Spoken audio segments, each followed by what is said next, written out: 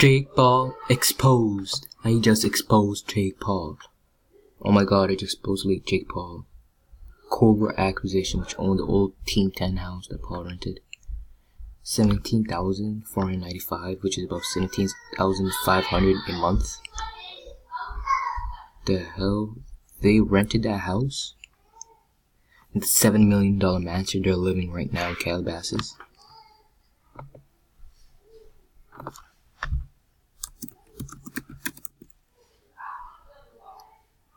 The hell? Alright, what's going on, guys? As you know,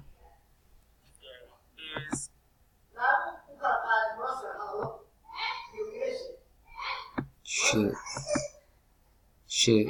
He might be gay. He's just gay. He's annoying. Oh my god, Jake Paul exposed. Jake Paul exposed. Oh my god. Everybody, $100,000 view. Please follow me on my Instagram. Please.